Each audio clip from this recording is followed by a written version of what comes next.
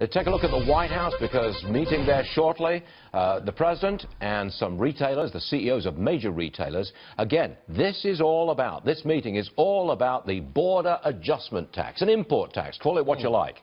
Joining us now, Congressman Jim Renacci, Republican from Ohio, who sits on the tax committee, essentially the tax writing committee. Congressman, welcome to the program. Very good to see you. Let me get right at it. I don't think there are the votes in Congress for a border tax, an import tax. I don't think the votes are there. What say you?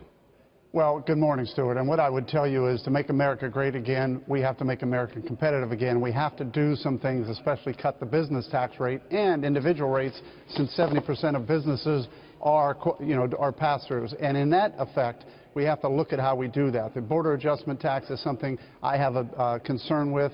I've said there are three issues with this. Number one, does it pick winners and losers? I think we know that question already. We have people at the White House today.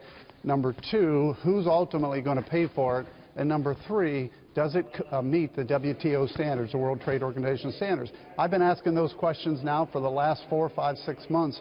I don't have the answers yet, and that's where I think there are not enough votes yet to support a border adjustment. Which means the whole concept of a tax cut package is further pushed down the road.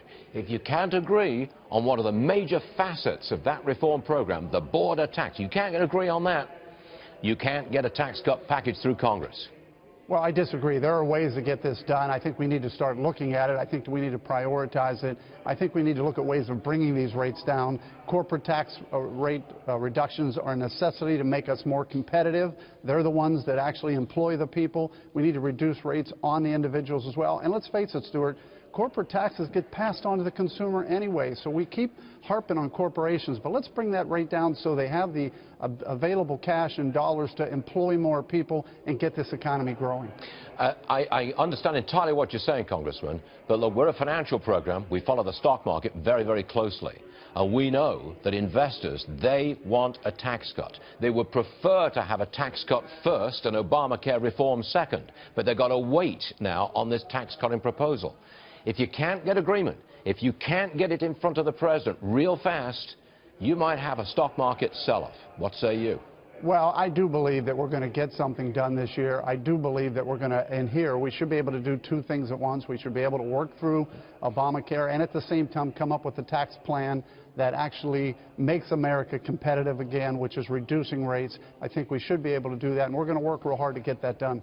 Congressman, you're in the center of the firestorm, and we really appreciate you being with us this morning, sir. Much obliged to you. Thank you. Thank you, Stuart. Yes, sir.